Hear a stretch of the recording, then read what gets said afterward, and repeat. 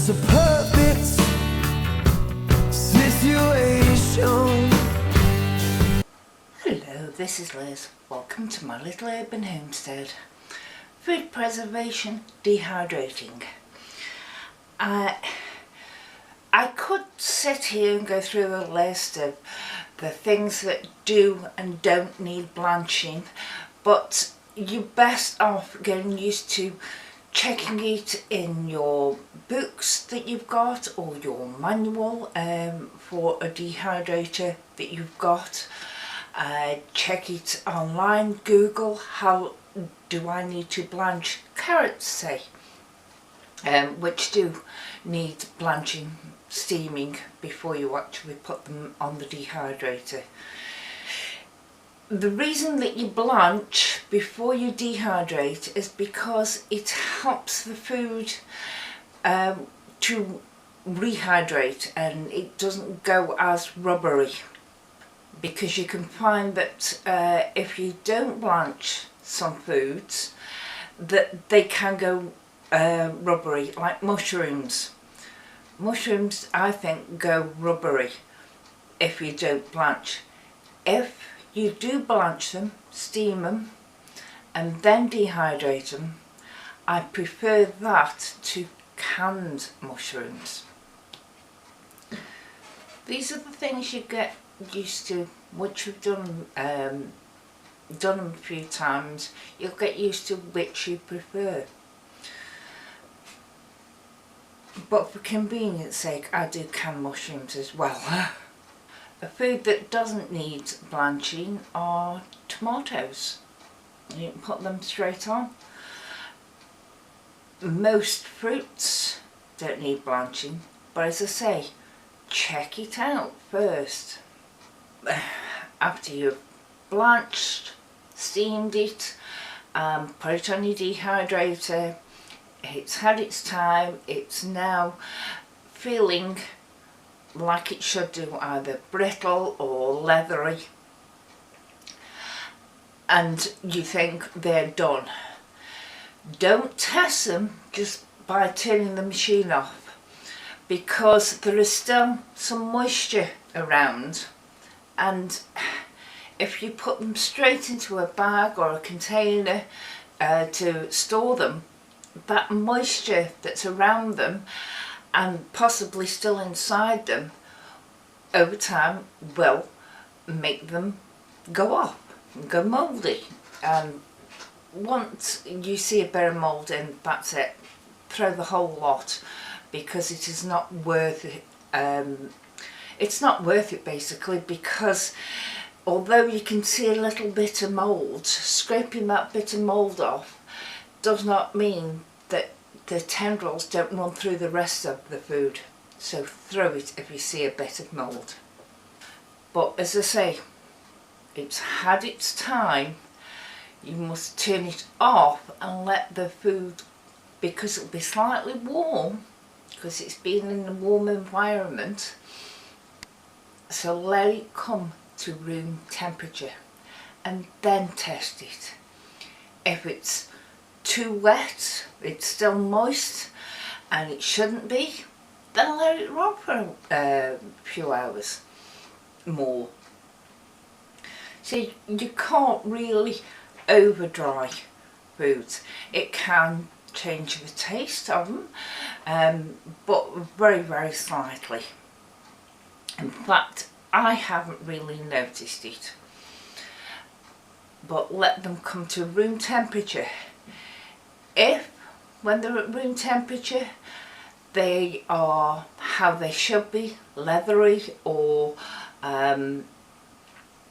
brittle, then you can put them for storage. And I'll talk about storage next week.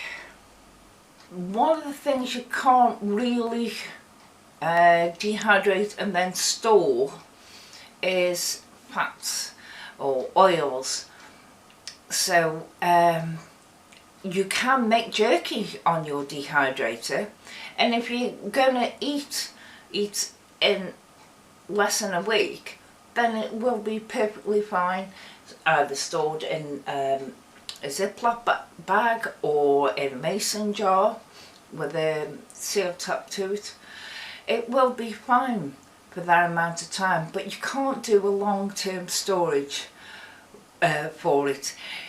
If you want to long-term store things such as jerky, then you need to put them in the freezer and freeze them through afterwards.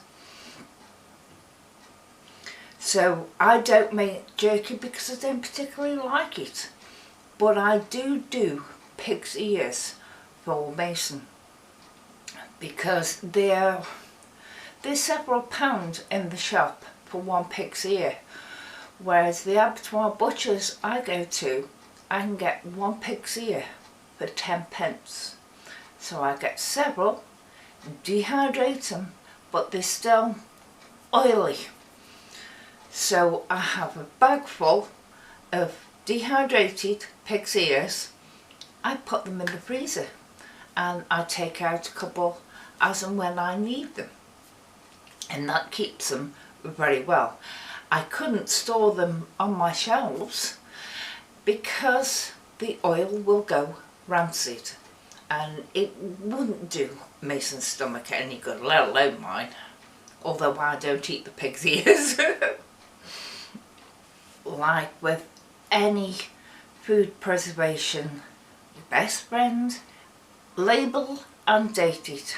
I don't date the things on my shelves because I'll have several and slowly go through them when I'm on my last jar, especially dehydrated.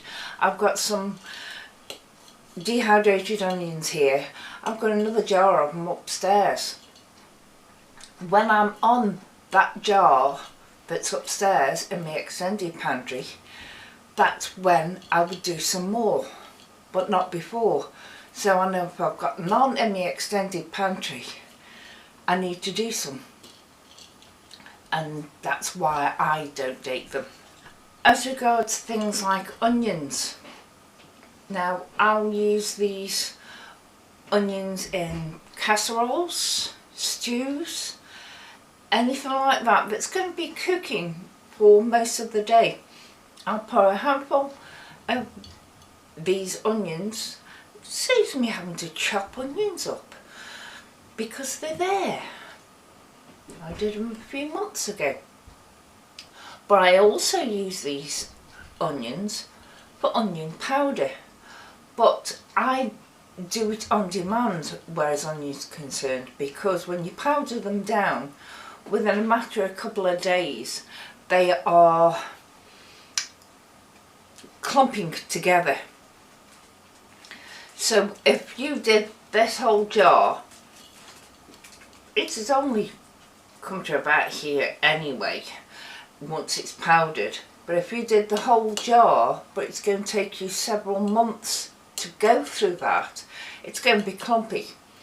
It'll be alright, but be aware that it does go clumpy. So I'm out of my powdered, so next time I need it, I will powder up. If I've got this amount left, I will powder it all up, use some, and then put some in a smaller jar than this, because the amount of airspace that would be in here, they will absorb some of the moisture that's in that airspace, and that helps them to clump together.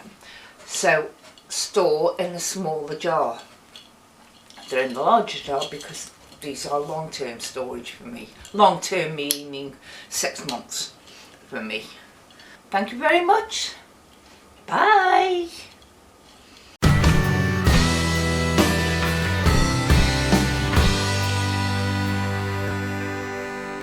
It's a